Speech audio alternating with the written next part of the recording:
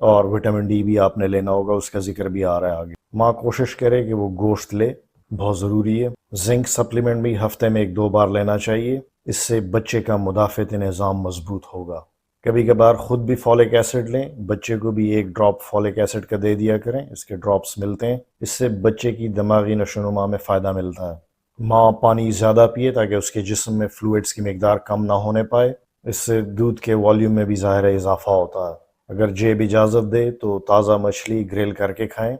کسی بھی عورت کو دودھ پلانے کا ایام میں بہت زیادہ کیلوریز چاہیے ہوتی ہیں، عام دنوں کے مقابلے میں بہت زیادہ، 400 سے 500 کلو کیلوریز پر ڈے، اتنی زیادہ ریکوائرمنٹ بڑھ جاتی ہے۔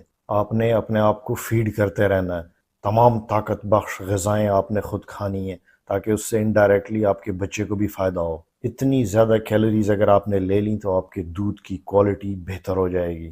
ایک بات ذہن نشین کر لیں کہ ہر عورت کے دودھ کی کوالٹی مختلف ہو سکتی ہے، یہاں تک کہ ایک ہی عورت کے دونوں بریسٹ میں جو ملک کوالٹی ہے وہ ڈیفرنٹ ہوتی ہے، یہ دیکھا گیا ہے۔ اتنی ویریشن ہوتی ہے، اور یہ ویریشن کیا ڈیٹرمن کرتی ہے؟ آپ کے جینز، آپ کی خوراک، یا آپ کا رہن سہن، آپ کا انوائرمنٹ، ان سے بھی دودھ کی کوالٹی چینج ہو سکتی ہے۔ آپ اچھا کھائیں گی تو آپ کے دودھ کی کوالٹی بہتر ہوگی، اس سے آپ کا بچہ بھی تندرست اور خوش رہے گا، اس کا بھی موڈ خوشگوار ہوگا، اور آپ بھی ظاہر ہے بہتر محسوس کریں گی، کیونکہ یہ وہ ایسا ٹائم ہے جس کی وجہ سے عورت کو کافی موڈ چینجز کا سامنا ہوتا ہے، اس کو ڈپریشن ہو سکتی ہے، جس کو پوسٹ پارٹم ڈپریشن کہتے ہیں۔ تو جو خواتین اس مسئلے سے لڑ رہی ہوتی ہیں ان کو اپنی خوراک کا اور زیادہ خیال رکھنا ہے، اور جن خواتین کا سی سیکشن ہو جائے ان کو تو اور زیادہ احتیاط کرنی ہوگی، کیونکہ ایسی خواتین کو اتنی اینٹی بایوٹکس لگ چکی ہوتی ہیں، انستھیزیا کے ایک عمل سے وہ گزری ہوتی ہیں، تو ان کو اور زیادہ چیلنجز ہوتے ہیں۔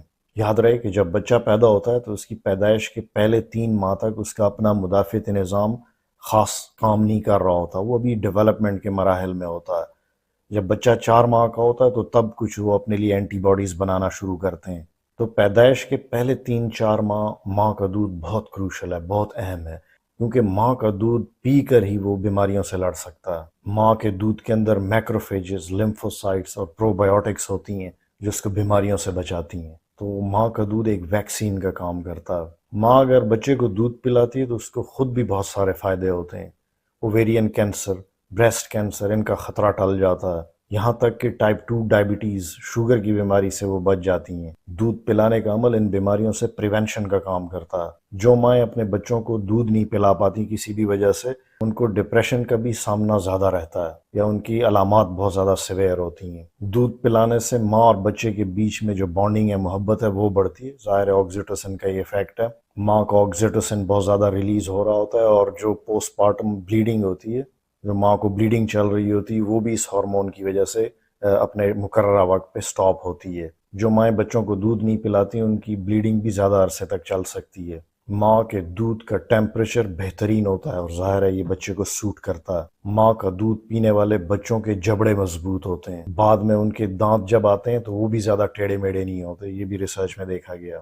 Mothers milk is a perfect fluid, کہہ سکتے ہیں، ہمیشہ تازہ، جراثیم سے پاک اور متوازن۔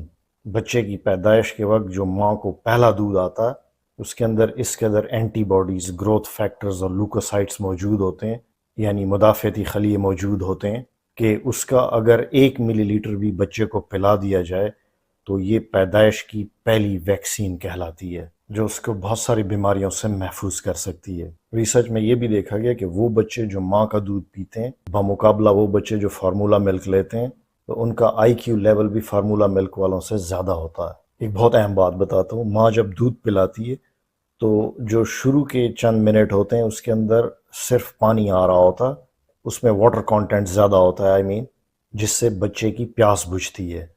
تو انیشلی پیاس بجھتی ہے، تھوڑی دیر کے بعد اس کے اندر فیٹس اور کیلوریز آنا شروع ہوتی ہیں، جس سے بچے کی بھوک مٹتی ہے اور اس کو طاقت ملتی ہے۔